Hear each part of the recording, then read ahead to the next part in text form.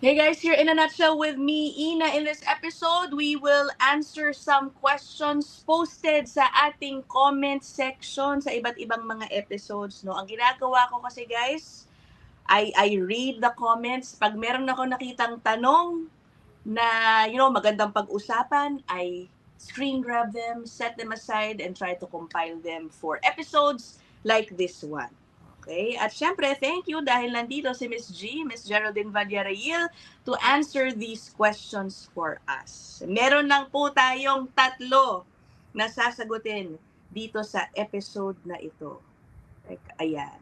Okay, so let's get right to it, Miss G. Again, thank you, Miss G, for doing this. Okay. Una, this one. Okay. Miss Ina asked lang daw niya. Meron daw siyang apo, Miss G, nag-work ngayon sa Canada. Dahil yung mami ni apo, baka anak niya or daughter-in-law niya, na PFW. Pero up to November this year na lang daw. Kung mare-renew daw si mami, pwede pa rin ba mag-work yung apo niya? Kasi dumating dito si apo, 21 years old. At pagdating sa August, ano na daw? 23 years old na. So by the time the mommy renews, siya ay, 23 years old na. Ano ang mangyayari dito, Miss G? Oo. So most likely, no po ang sagot natin dyan, no? Dahil yung apo is turning 23 years old and it is this August, 2 months from now. So, napas niya na po yung official age limit of 22, below 22, to be considered as a dependent child para po makapag-apply ng temporary or work permit application. No? So, kaya kahit po mag-renew yung si mama niya ng work permit this November, hindi na po pwedeng isama ang anak because of the age.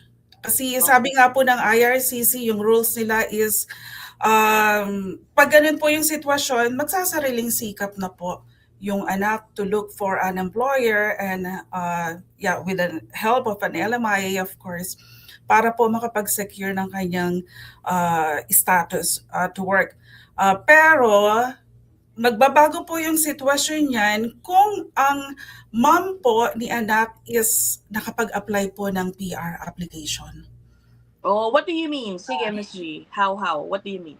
Opo. So, let's say si mom niya is nag-apply or nakapag-submit ng PR application, no, before 22 yung anak, meron po tayong tinatawag niya na lock-in age. No, na kapag kahit pa mag 23 years old and even more ang anak pero nakapag-submit or ng PR application ang parents, so mapi-freeze po yung age nung anak. Oo. Based on the date the application was received.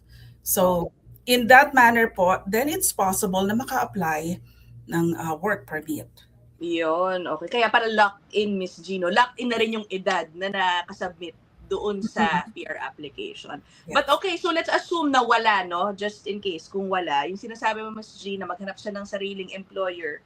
Lamia employer na lang ang kanyang chance to stay? Yun na lang po ba? Or are there other options para sakaling gusto niya talaga mag-extend na kanyang stay dito?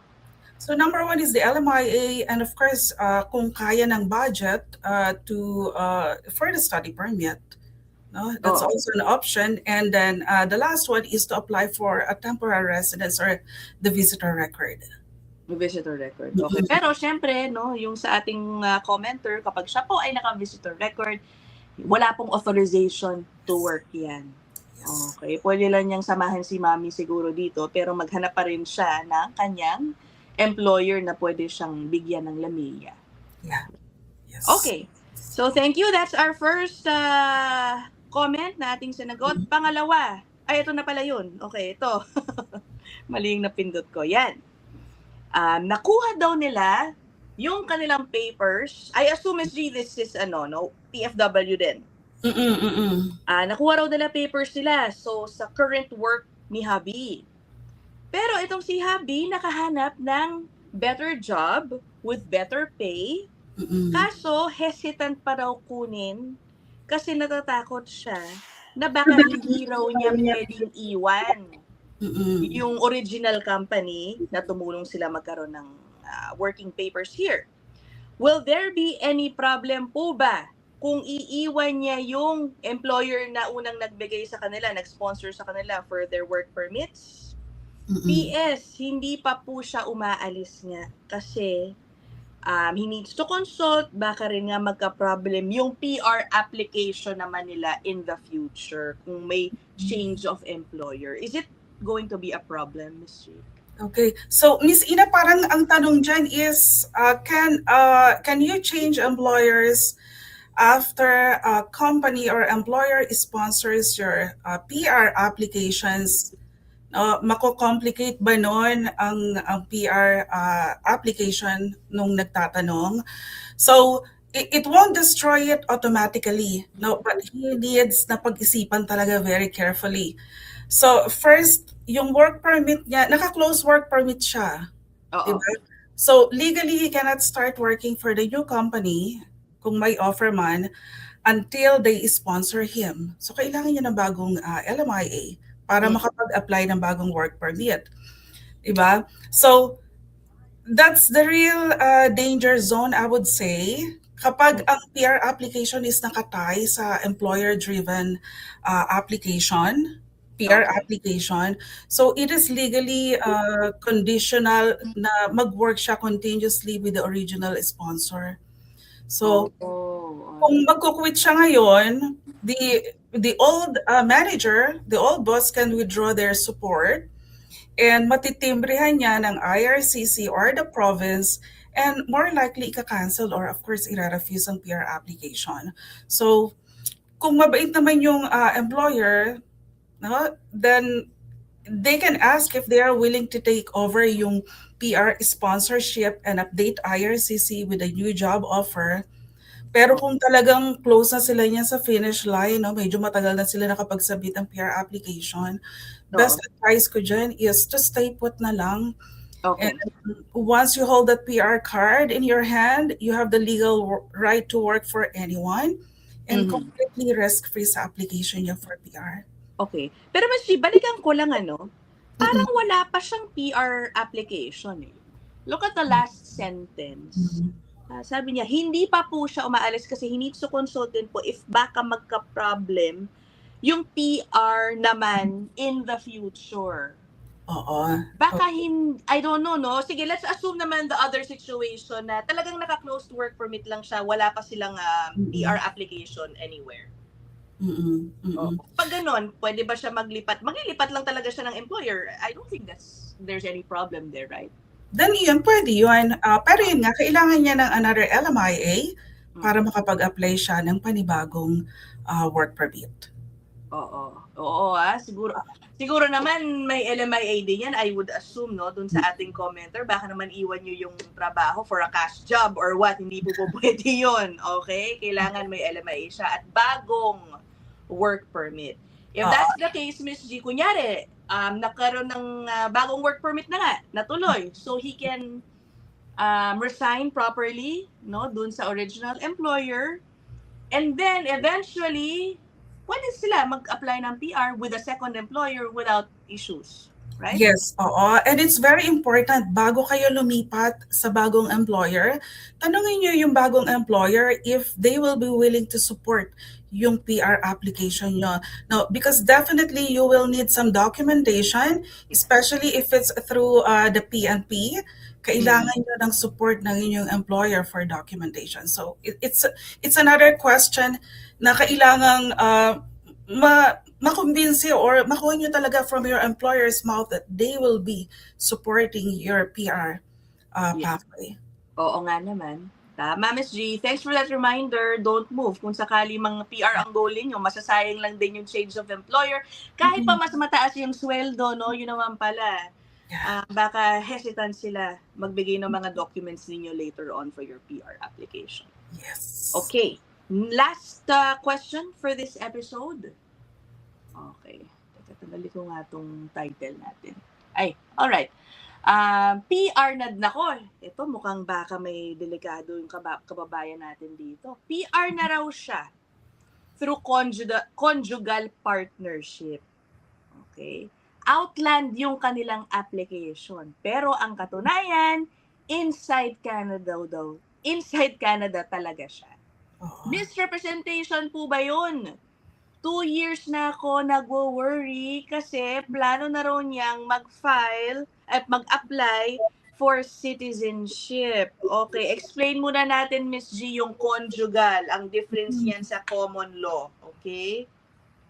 Oo. So, ang strict legal definition ng IRCC sa conjugal partnership or conjugal relationship, this only applies for couples who cannot live together or hindi pwedeng magpakasal due to severe, let us say, barriers, usually because they are trapped in different countries. Like let us say si partner is nandun sa Afghanistan, for example, and we know that it is a war-torn country. And then yung isang partner is nandito sa Canada, and that war in Afghanistan doesn't allow them to live together. No, then they have the parang sense or reason to apply for conjugal partner application. No, so yun nga, that's a tough one, Miss Ina. And I totally get bakit medyo anxious yung ating sender. So siguro ang first good news, applying Outland while you are physically inside Canada, that's 100% legal. No, pinapayagan ng IRCC yan. Oh, talaga, Miss G? Walang issue yun? No issue, and it is not misrepresentation. But ang catch nga dyan is ang in-apply niya is conjugal partner. Yan. PR application.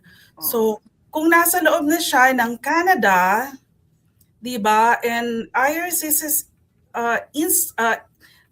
instance is that those barriers did not exist. Yung barrier na di talaga sila pwede magsama, and she should have applied as a common law or sana nagpakasal sila.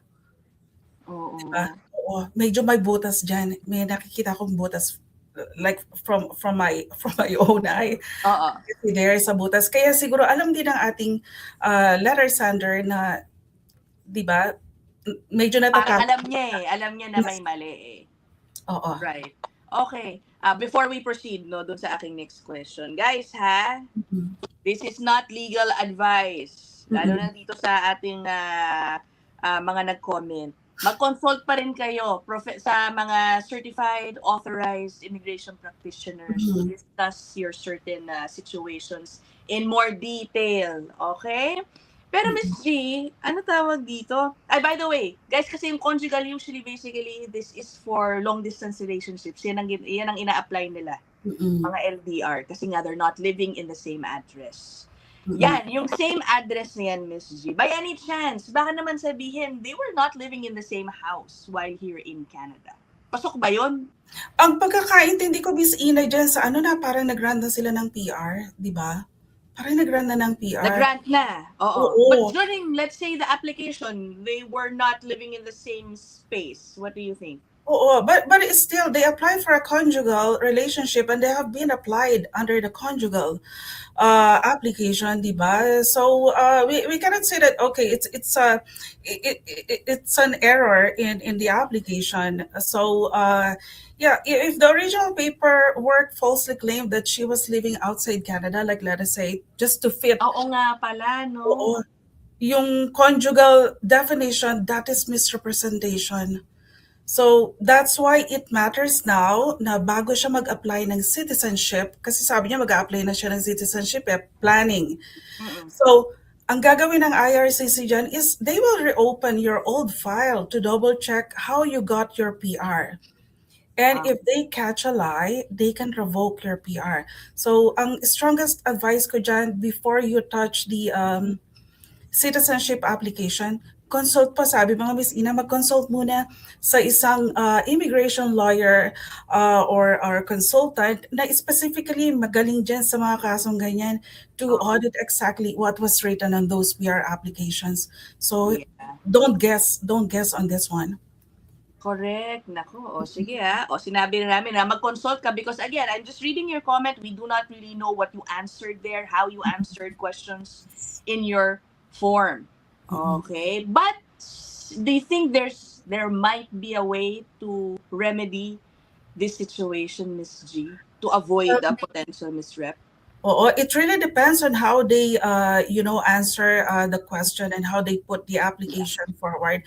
Pero knowing na medyo anxious yung ang ating sender, medyo nakakaramdam siguro siya na, yeah, he's in Okay. limbo. So, yeah.